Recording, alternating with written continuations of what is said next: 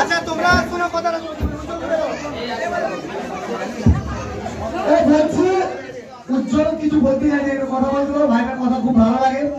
আর তোমরা যারা এখানে এসেছো ব্যাচ তারপরে উত্তরীয় এগুলো একটু নির্মল করে নিয়ে নেবে। বলছো সবাই তো অনেকে ক্রিয়েটার, সবাই সবাইকে দেখতে হবে একটু।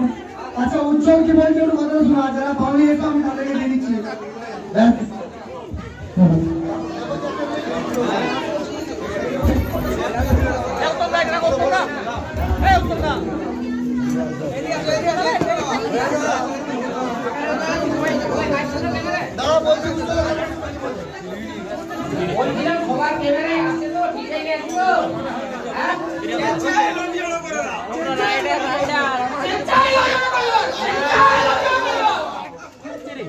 যাই হোক, ওটা আমার একটা ডায়লগ ফেমাস হয়েছে, তো যেটা আমি বলছিলাম দু একটা কথা বলি। আমার মনে হয় সমস্ত ফেসবুকার, সমস্ত ইউটিউবার সবাই সবাইকে সাপোর্ট করা প্রয়োজন। প্রত্যেকটা গ্রাম থেকে যদি এক একটা ইউটিউবার বা এক একটা ফেসবুকার আমার মতো বেরিয়ে যায়, তাহলে কিন্তু আমি অনেক খুশি হব, আর সেই এলাকার মানুষও খুশি হবে। তাহলে যেমনই ভিডিও বানাক, যেমনই কন্টেন্ট ক্রিয়েটার হোক, মানুষের সাহায্য তো হবে।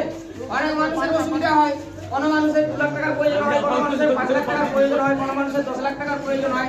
এটা ওই ফ্যামিলির পক্ষে জোগাড় করাটা সম্ভব হয় না।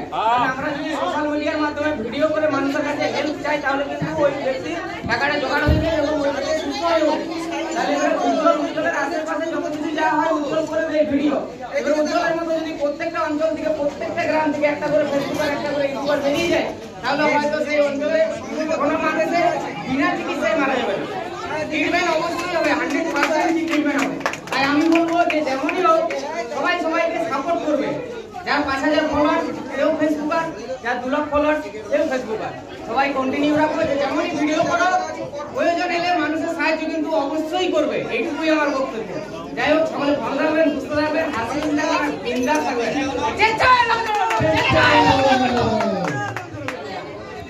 খুব ভালো লাগলো।